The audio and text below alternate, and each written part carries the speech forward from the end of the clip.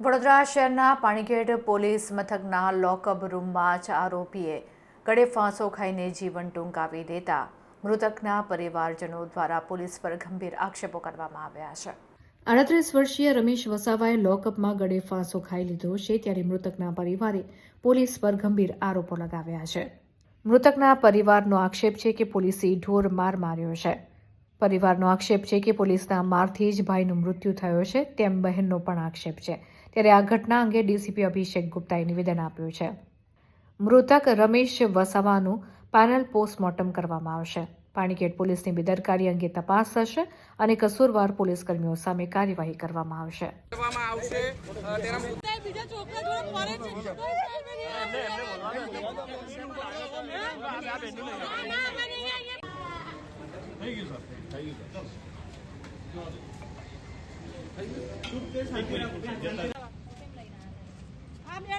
ઝઘડામાં પેલી બીજા જોડ ચાલુ થઈ ગઈ હતી માર ભાભી એની 40-45 જેવી હશે।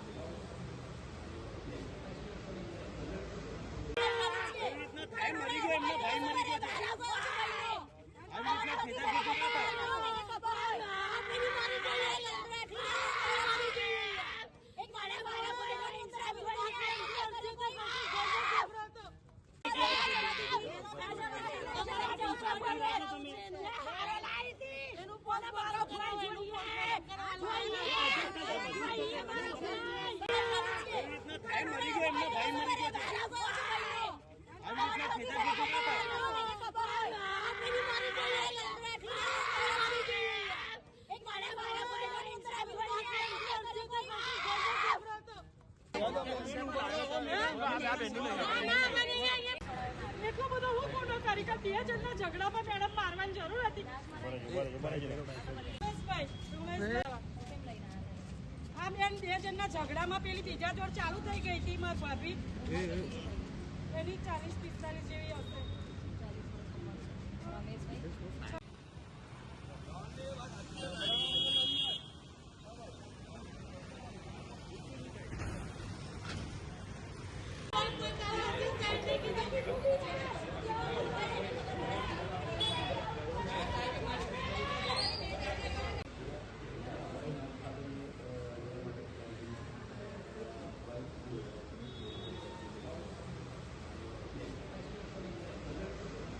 ભાગરૂપે આજે આરોપી છે જે વ્યક્તિ છે તેમને પોલીસે અટકાયતમાં લીધા હતા અને જ્યારે તેમને લોકઅપમાં મૂકવામાં આવ્યા ત્યારે 3 વ્યક્તિઓના ભાગરૂપે આજે આરોપી છે જે વ્યક્તિ છે તેમને પોલીસે અટકાયતમાં લીધા હતા અને જ્યારે તેમને લોકઅપમાં મૂકવામાં આવ્યા ત્યારે 3 વ્યક્તિ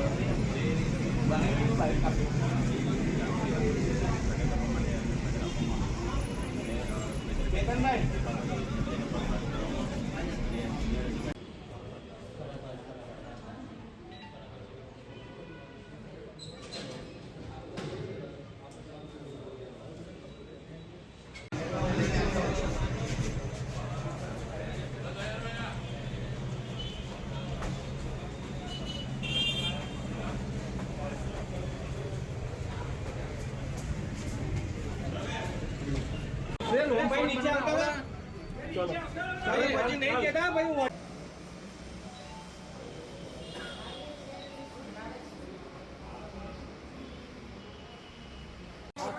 આપ જોઈ શકો છો એમના બહેન છે, એમની સાથે વાત કરીશું। બેન, ગઈકાલે સાંજે એમના વિરુદ્ધ BNS 170 મુજબ અટકાયતી પગલામાં એમને લોકઅપમાં રાખવામાં આવ્યા હતા। તે સાથે તેમની એ સમયે એમની જોડે બીજા 3 અન્ય આરોપી પણ લોકઅપમાં હાજર હતા। આજે વહેલી સવારે 6 વાગ્યાની આસપાસ, સવા 6ની આસપાસ તેઓ જે લોકઅપ છે, લોકઅપના વોશરૂમમાં જઈને એમણે જે સ્વેટર હુડી પહેર્યું હતું એ હુડીની દોરીથી ગળે ફાંસો ખાધો છે.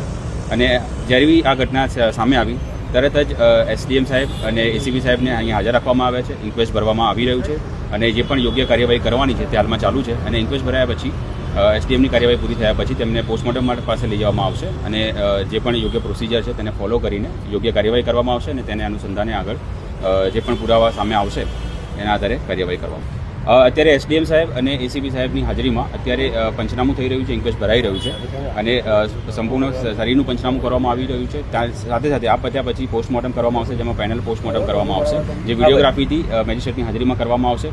જો કંઈ પણ માર મારવામાં આવ્યો હશે તો તેના પુરાવા આપણી પાસે આવશે તો યોગ્ય કાર્યવાહી કરવામાં આવશે. પણ અત્યારે હાલ પૂરતું જે પ્રમાણે ઘટના છે, કોઈ પણ માર મારવામાં આવ્યો નથી. આ બહુ સામાન્ય ઘટના હતી. પતિ પત્નીના ઝઘડા હતા અને તેના કારણે જે અરજી કરવામાં આવી હતી તેમાં કોઈપણ પ્રકારનો માર પોલીસ દ્વારા મારવામાં આવેલ નથી અને એમણે જે આત્મહત્યા કરી છે તે બાબતે આગળ કાર્યવાહી કરવામાં આવે. કશું બનાવની સાહેબ પેલીએ કમ્પ્લેન કરી હશે મારી ભાભીએ, ઘર બાબતે ઝઘડા કરતો હતો, એનું બીજા જોડ પકડાઈ ગયું હતું એટલે ઝઘડો કર્યો. પછી પોલીસ સ્ટેશન કેટલા વાગે આવ્યા? પોલીસ સ્ટેશન 3 થી 4 વાગ્યામાં આવ્યા. બરાબર. પછી શું થયું? પછી અમને ઉપર બેહાડ્યા કે બેસો તમે બહાર. તમે બે બેસી અને મારા ભાઈને માર્યો પટ્ટે. એ સાહેબે માર્યો. કયા સાહેબ? કોઈ નામ ખબર છે? નામ ખબર નહીં, તો લખવા બે છે ને એ સાહેબે. કેટલી વાર સુધી માર્યો તું? મને નીચે ઉતાર દીધી સાહેબ. મેં એવું કીધું મારા ભાઈને ના મારશો, મારા બાપ. ઓ મેડમ, મારો એક ને એક મારી મા પણ નહીં મેડમ. શું માંગ છે હવે? બે મારી બોડી નથી લઈ લઈ જવાની, મને ઇન્સાફ જોઈએ. મારા ભાઈનો હારો ને હારો હું લઈને આવી છું. કેમેરા બી ચેક કરો, રાત્રે જમવાનું પણ હાલો આવી છું. કેટલા વાગે આવ્યા હતા રાત્રે? 8 વાગ્યા પછી આવી હતી સાહેબ. ખીચડી શાક લઈને આવી હતી હું. સવારમાં બી ચાલીને આવી તોય મને વાત નહીં કરી. તમારા ભાઈએ તમને રાત્રે જ્યારે જમવાનું આપવા આવે ત્યારે કોઈ વાતચીત કરી? ના, કશી વાત નહીં કરી મને. એટલે આ લોકોએ મળવા જ નહીં દીધો. એટલો મોટો હું ગુનો કરી નાખ્યો તો મારા ભાઈ.